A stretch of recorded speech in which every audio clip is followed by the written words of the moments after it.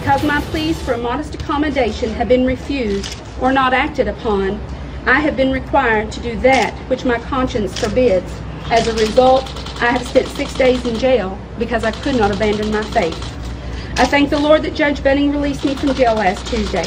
But today, as I return to work, my simple request for an accommodation has gone unheard.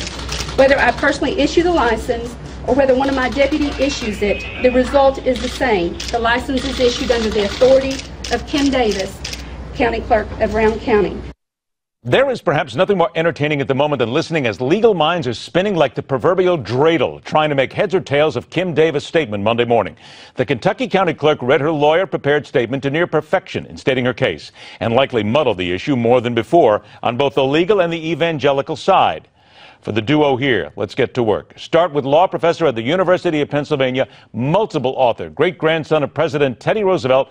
Talk about a resume. Professor Kermit Roosevelt III. Joined by pastor at the Urbana Baptist Church in Virginia and founder of the Small Town Churches Network, Jonathan Davis. Gentlemen, I want to thank you both for being here. And Professor, I'm going to begin with you. As I said, I have heard numerous legal minds sit and listen to Kim Davis, and the words I hear most often are gobbledygook and mumbo jumbo. And boy, are there a lot of things in there that we still have to unpack. What's your immediate take? Well, I think the thing that most people don't understand about this is that to the extent that Kim Davis has a dispute with any government now, it's really a dispute with the government of the state of Kentucky.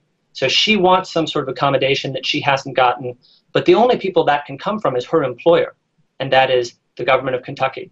So she has no real live dispute. There's really no question about her obligations with respect to the federal government. Professor, I want to get in there. What you said it is, and you mentioned the accommodation, which is the word that I think has a lot of people talking. Isn't she basically asking to be given some sort of special dispensation and something, as you mentioned, by the government? An accommodation, that's a nice way of saying, we want you to change the laws, yes? Well, she's asking to be given a special dispensation so that she can perform her job to the extent she thinks she can do so without violating her religious beliefs.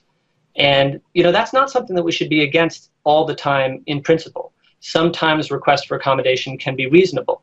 I think we should be especially concerned about them when it comes to government employees rather than employees of private businesses, because the government really does have an obligation to treat all people equally and certainly not vary its treatment of them based on religious grounds. All right, Pastor Davis, your article that you wrote, and I saw this on BaptistNews.com, and it really made me think, because I've talked to a lot of people, evangelicals, Christians, Baptists, Jews, everybody of different faiths, and I am getting more people are saying this is just all wrong, the way that she is going about it. Your article, Kim Davis, Religious Liberty, and Why Many Christians Are Getting It Wrong. You know that you're standing on the side of some people who will look you right in the eye and say, no, Pastor, you're getting it wrong. Tell us about why they're getting it wrong.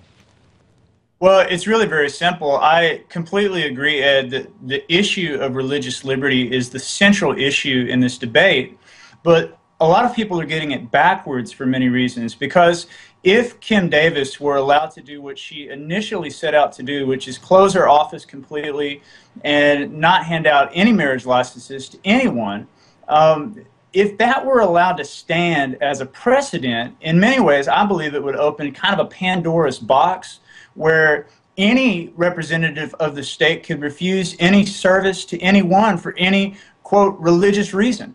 And so you could have, for instance, an Anabaptist or a Quaker as a clerk, and what if they, based on a religious reason, decided to not issue gun licenses or concealed carry permits in their state? I wonder if that had happened, if some of the people that came to rally around Kim Davis would have done so as quickly as they did.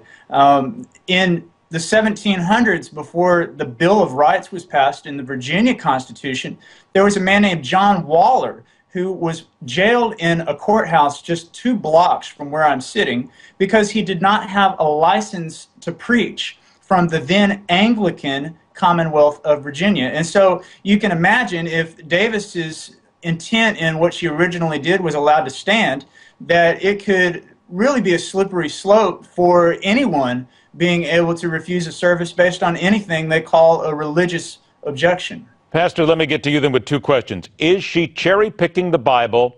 And if she is truly offended by this, should she not just quit? Well, she is certainly entitled to her own opinion when it comes to Scripture.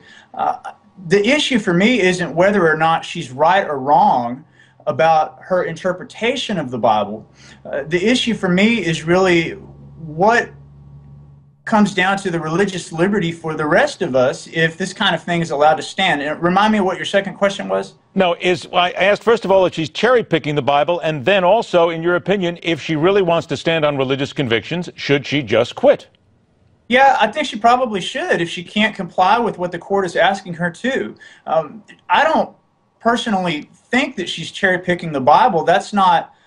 she may certainly be. I know that there's only about 5 or 6 verses in the entire Bible that deal with the issue of homosexuality, and it seems like a lot of people try to major on the minors in some ways, but if she is unable to do her job and uphold the Constitution, not only of the state of Kentucky, but of the United States of America, I think she should find another line of work. Professor Roosevelt, then let me get to exactly what the pastor said a few moments ago and get your, as far as a legal ID on this.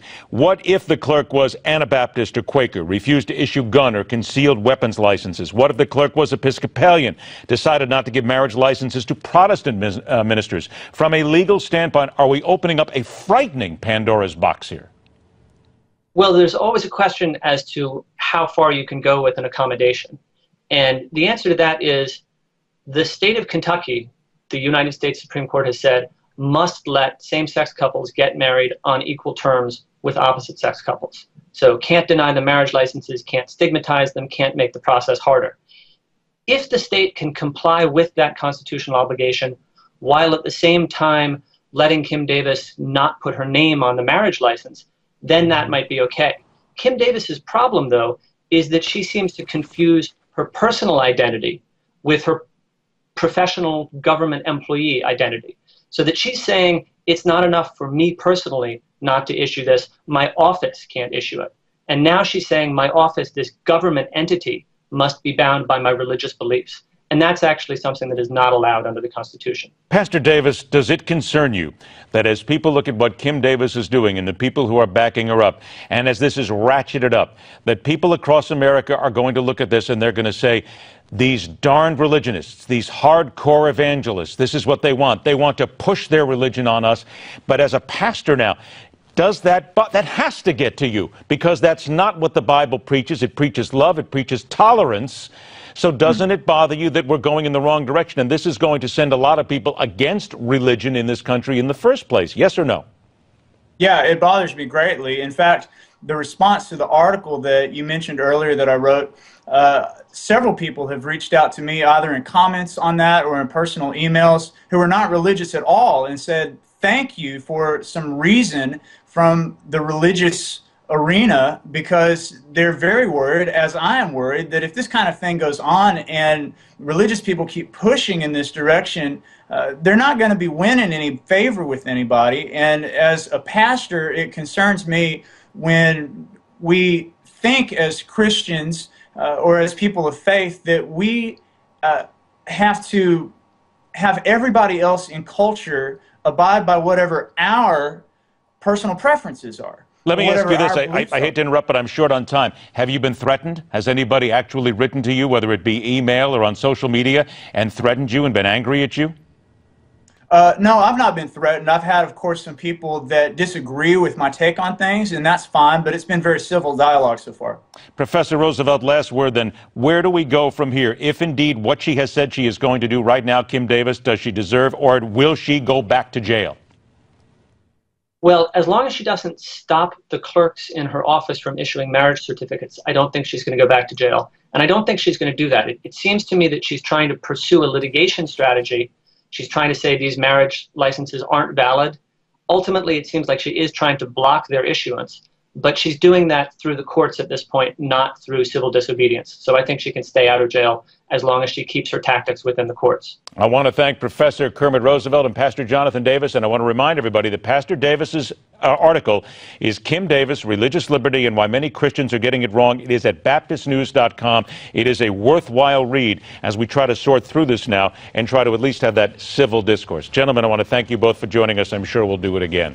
Coming up next, the national scourge few are willing to talk about, mostly because when it comes down to this, we have absolutely no idea what what to do about it. It's coming up next, right here on the fastest 60 minutes in news, The Hardline.